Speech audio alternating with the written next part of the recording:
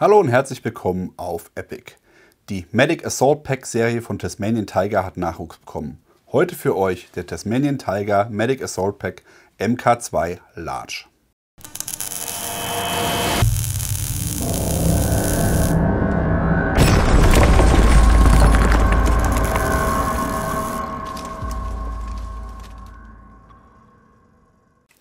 Auf den ersten Blick wirkt der normale Medic Assault Pack MK2 genauso groß wie auch die neue Version der MK2 in Large, aber die Liebe oder der Teufel steckt im Detail. Das werden wir euch jetzt auch gleich zeigen. Wir fangen allerdings jetzt einmal damit an, dass ihr einmal nochmal wirklich den Überblick habt, welcher Pack welche Größe hat, welches Volumen hat und welches Gewicht hat. Los geht's links mit dem Medic Assault Pack MK2 in der Größe Small. Der ist 34 cm hoch, 22 cm breit und 9 cm tief.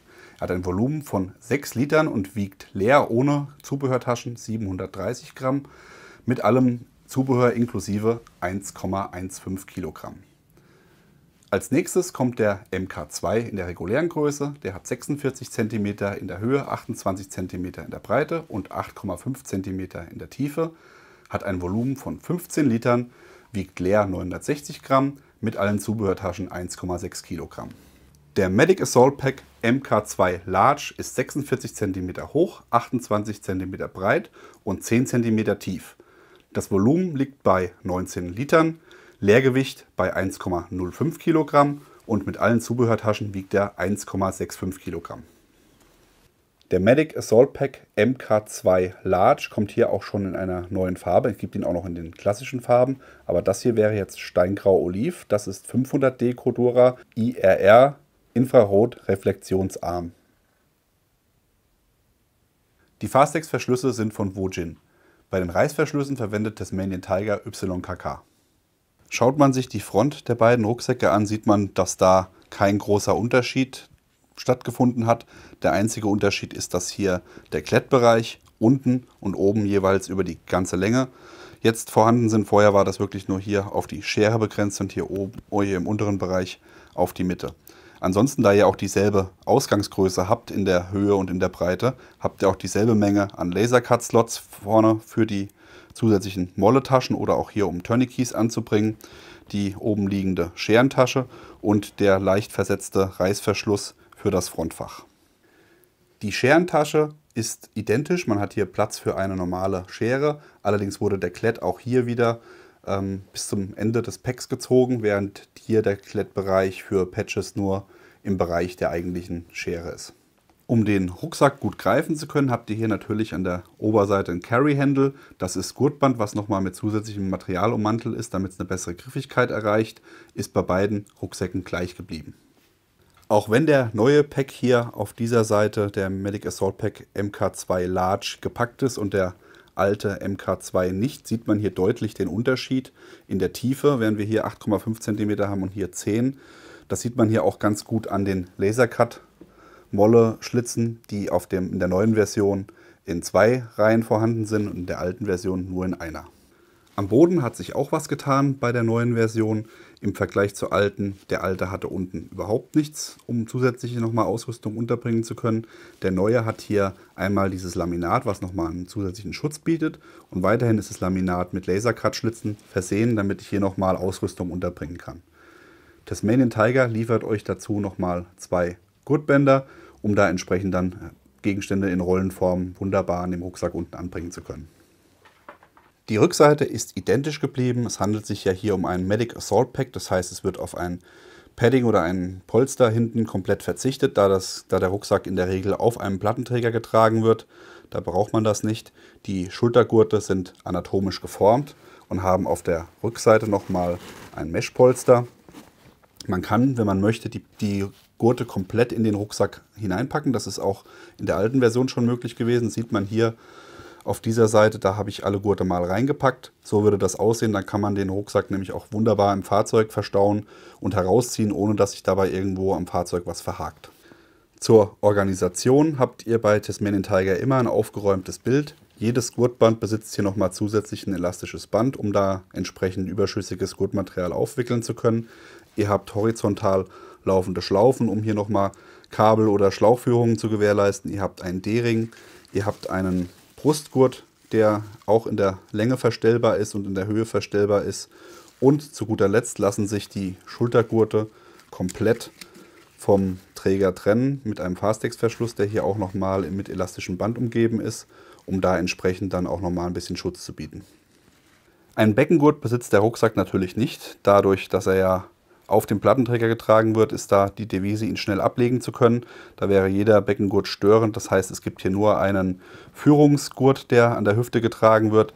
Der kann auch entsprechend hier komplett entfernt werden, wenn er nicht benötigt wird. Am Rücken habt ihr einen flachen Einschub, der für die Schultergurte gedacht ist, wenn die nicht im Einsatz sind. Da kann man natürlich auch ohne Probleme flache Gegenstände in sonstiger Form hineinschieben, wie zum Beispiel Kragen oder große Gegenstände, die nicht mehr in den Rucksack passen. Oben wird diese Tasche mit Klett verschlossen. Auf der Unterseite habt ihr einen Zipper. Das heißt, auch wenn die Gegenstände länger sind, könnten die dann unten herausstehen. Dann kann ich unten einfach den Zipper aufmachen und das Ganze unten rausgucken lassen. Im oberen Bereich habt ihr nochmal einen zusätzlichen Zipper,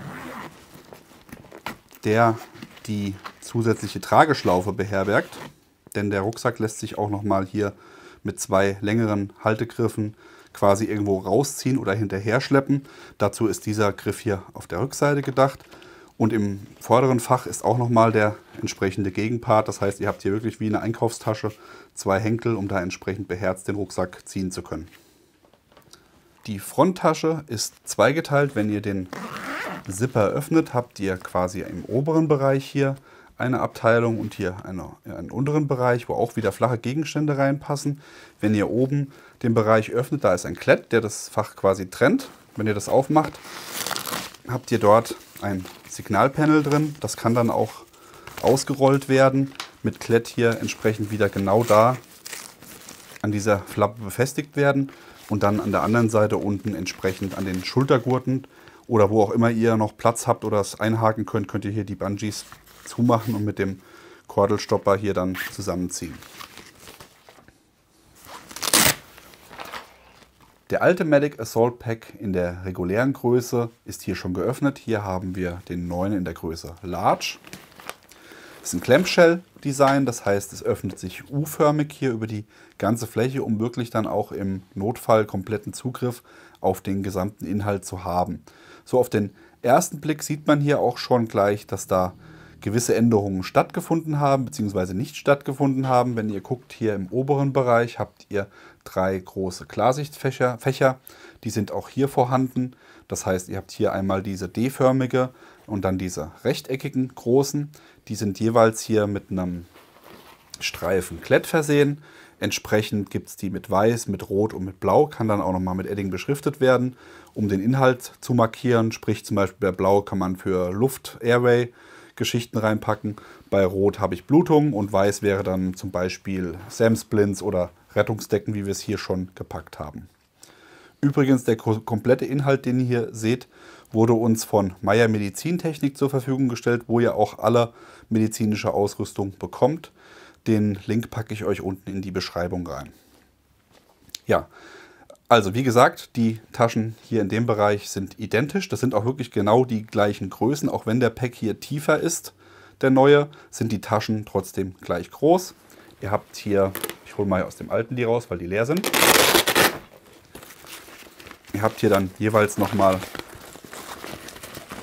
auf der Innenseite Schlaufen, um die Ausrüstung darin organisieren zu können. Jeweils auf der einen Seite mehrere kleine Schlaufen, auf der anderen Seite große, lange Schlaufen, die aber nochmal zusätzlich auch mit kleinen unterlegt sind. Das heißt, hier könnt ihr wirklich nach Herzen und Belieben bestücken, um dann entsprechend den Inhalt zu organisieren. Nutzt ihr die Taschen außerhalb des Rucksacks, bietet euch das Man Tiger hier auch nochmal zusätzlich Klettmodule, um dann zum Beispiel die Taschen aneinander kletten zu können, um sie dann anderweitig in anderen Packs nutzen zu können. Dann habt ihr Männchen und Weibchen, könnt das einfach aufeinander kletten und schon könnt ihr dieses Modul hier komplett so wie es ist in einen anderen Rucksack packen. Der alte Pack hatte hier an den Seiten keinerlei Befestigungsmöglichkeiten zusätzliche. Der neue Pack MK2 Large bietet euch hier nochmal zusätzlich 2, 4, 6, 8, 10, 12 Schlaufen, jeweils 2 nebeneinander, wo ihr nochmal Kanülen oder hier den RevMedex Applikator reinpacken könnt. Braunölen, Spritzen, was auch immer ihr da hinpacken wollt, habt ihr hier nochmal die Möglichkeit, das an beiden Seiten zu tun. Das ist die Änderung in diesem Bereich. Im anderen Bereich sieht man schon eine deutliche Änderung, während hier ein großes abnehmbares Panel verwendet wurde. Ich reiße es einmal raus. Also ein riesengroßes Panel mit Schlaufen und hier den Schockhort nochmal zusätzlich konnte man das hier individuell gestalten. Das hat man bei dem neuen Pack nicht mehr verwendet, sondern hier hat man eine Unterteilung geschaffen. Man hat quasi das Panel aus dem Small Pack verwendet. So sieht das aus, wenn es nicht bestückt ist. Hat es hier in den oberen Bereich gepackt und unten nochmal eine zusätzliche Tasche in derselben Größe auch wie hier die anderen Taschen, nur nicht ganz so tief, wo man dann auch nochmal organisieren kann. Der obere Bereich ist auch komplett gleich geblieben. Da habt ihr hier, wie ihr es im leeren Zustand sehen könnt, 2 große elastische Schlaufen, 2 übereinander liegende Mesh-Taschen, wo ihr nochmal Sachen einschieben könnt. Und unter dem ganzen Konstrukt ist nochmal ein durchgängiger Zipper, der sich dann für die größten Gegenstände eignet. Wie hier zum Beispiel ein Trauma-Dressing von RevMedex, riesengroß. Und da in dieser Tasche sind auch nochmal 3 Einschübe jeweils, ohne elastische Führung, wo ihr dann zum Beispiel, wir haben jetzt mal beispielhaft Verbandspäckchen von der Bundeswehr, die alten großen, die passen da zum Beispiel von der Größe her perfekt rein. Zusammengefasst kann man sagen, dass der Large nochmal eine zusätzliche Steigerung im Volumen bietet im Vergleich zu dem regulären Pack und zu dem Small sowieso. Den Small sehen wir ganz klar natürlich auf einem Plattenträger, direkt verbunden für einzelne kleine Trupps, damit die noch ein bisschen mehr Verbandsmaterial haben. Das ist hier schon fortgeschrittener Modus und hier hat man wirklich jetzt nochmal aufgrund der höheren Tiefe auch die Möglichkeit, Infusionen oder große Sachen wie Masken oder sowas noch mit zusätzlich unterzubringen. Was für euch der richtige Pack ist, müsst ihr selber entscheiden. Die sind alle 3 sehr, sehr gut und vor allem gut durchdacht. Von daher klare Empfehlung von unserer Seite. Bekommt ihr bei Tasmanian Tiger und bei allen Händlern, die Tasmanian Tiger führen natürlich. Der Link ist unten eingeblendet. Habt ihr noch Fragen zu dem Medic Assault Pack MK2 in Large? Dann schreibt es in die Kommentare. Wenn euch das Video gefallen hat, lasst ein Like da, abonniert den Kanal, denkt daran, die Glocke zu klicken. Wir sind raus, bis dann. Macht's gut. Bye, bye.